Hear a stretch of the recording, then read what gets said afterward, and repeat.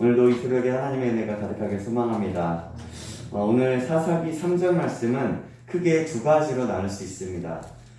남겨둔 가나안 족속들에 대한 말씀이 1절에서 6절까지 말씀이고, 또 7절에서 31절까지는 사사 온니엘, 에훗, 삼갈에 관한 이야기입니다.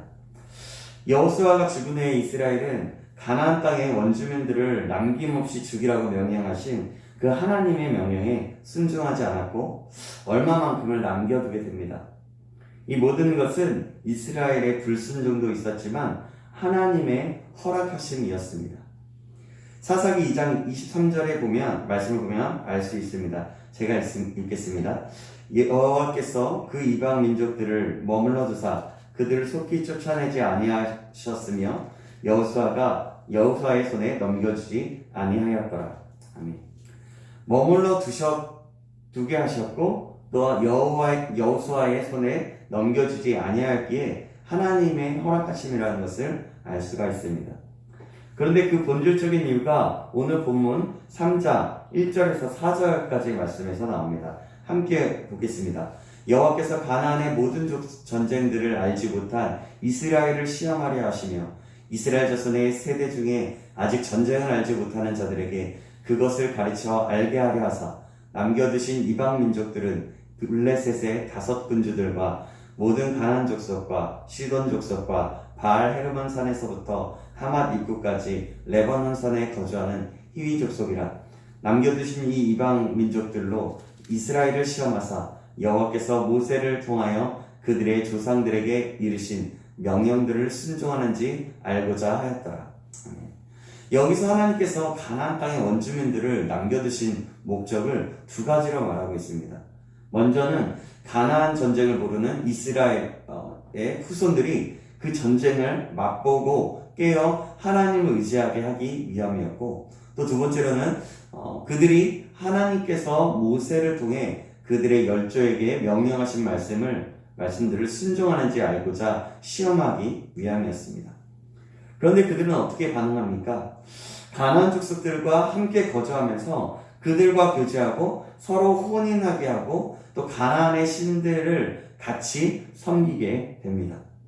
바로 그렇게 하나님께서 강조하셨던 그들과 그 가나안과 교제하면 그들의 영향을 받아서 하나님을 떠나 다른 신들과 함께 섬기게 되는 그 신앙의 변질과 부패가 실제적으로 일어난 것입니다.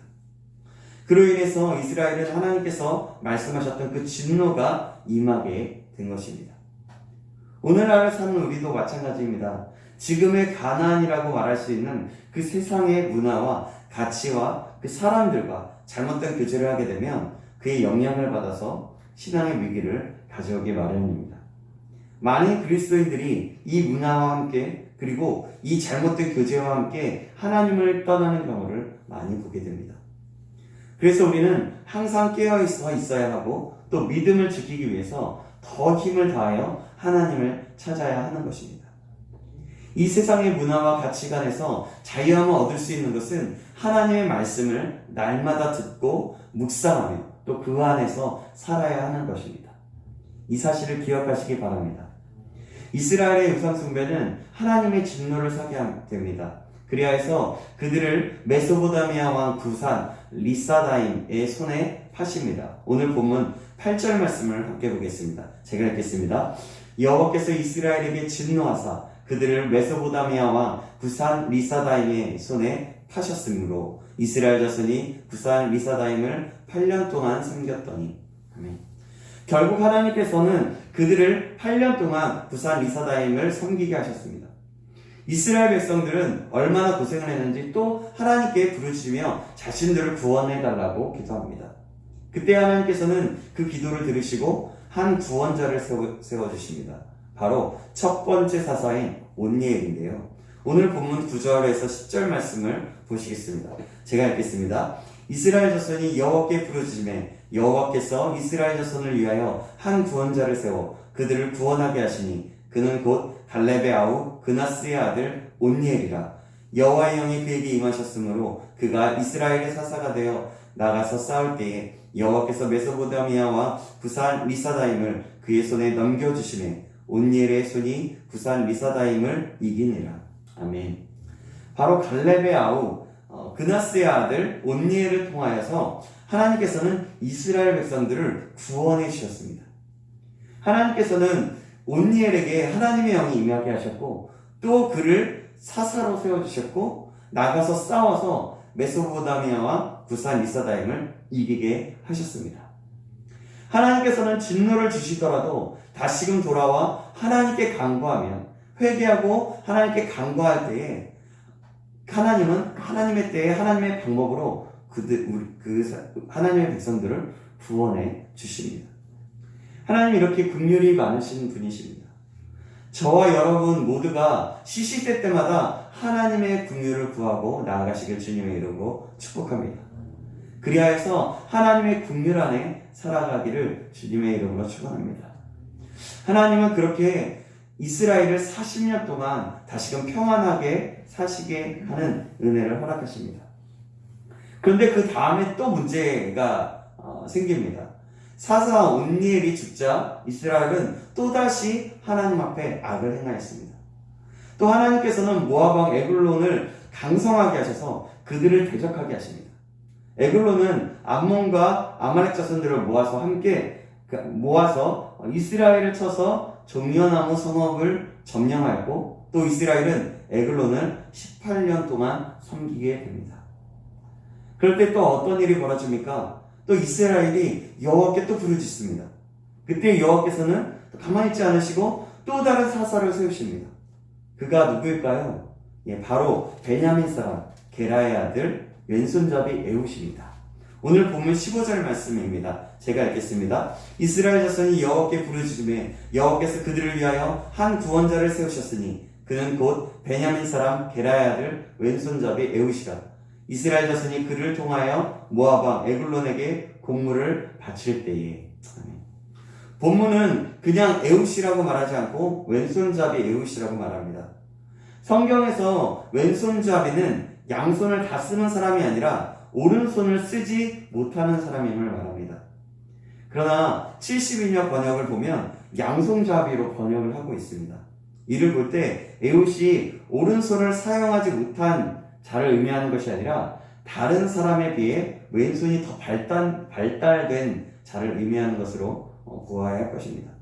사사기 20장 16절에 보면 베냐민 지파 사람들 중에 700명이 왼손잡이라고 나오는 것을 보면 이를 뒷받침할 수 있습니다. 이스라엘 자손이 그를 통하여 모압 왕 에글론에게 공물을 바칠 때 에훗은 한 규빗, 그러니까 약 45cm 정도 되는 저의 날선 칼을 그의 오른쪽 허벅지 속에 옷 속에 차고 에글론에게 나갑니다. 그리고 고물을 바칩니다. 근데 그 에글론은 비둔한 자, 즉 뚱뚱한 자였습니다. 에훗은 고물을 바치고 난 후에 그 고물을 메고 온 자들을 보내고 왕에게 조용히 아랠 것이 있다고 하였습니다. 또 왕은 다른 사람들을 다 내보내죠. 그런 후에 어떤 일이 일어난지 한번 말씀을 보도록 하겠습니다. 20절에서 22절 말씀인데요. 제가 읽겠습니다. 에훗이 그에게로 들어가니 왕은 서늘한 다락방에 홀로 앉아있는 중이라. 에훗이 이르되 내가 하나님의 명령을 받들어 왕에게 아뢰 일이 있나이다 하며 왕이 그의 좌석에서 일어나니 에훗이 왼손을 뻗쳐 그의 오른쪽 허벅지 위에서 칼을 빼어 왕의 몸을 찌르매 칼자루도 나를 따라 들어가서 그 끝이 등 뒤까지 나갔고 그가 칼을 그의 몸에서 빼내지 아니하였으므로 기름이 칼날에 엉겼더라. 하나님의 명령을 받들어 왕에게 아랜다고 하니 왕이 일어났고 에훗은 허벅지에서 칼을 빼어 왕을 찌르고 죽입니다. 그런 후에 에훗은 에브라임 산지에서 나팔을 불어서 이스라엘 자손들을 즉시 소집하고 이스라엘 백성은 산지에서 그를 따라 내려옵니다. 28절 29절 말씀인데요. 제가 읽겠습니다. 그들에게 이르되 나를 따르라. 여호와께서 너희의 원수들인 모압을 너희의 손에 넘겨주셨느니라 하며 무리가 에훗을 따라 내려가 모압 맞은편 요단강 나루를 장악하여 한 사람도 건너지 못하게 하였고 그때에 모압 사람 약 10,000명을 죽였으니 모두 장사요 모두 용사라. 한 사람도 도망하지 못하였더라. 아멘. 이렇게 하나님께서는 에훗을 통하여 이스라엘 백성들을 구원시켜 주십니다.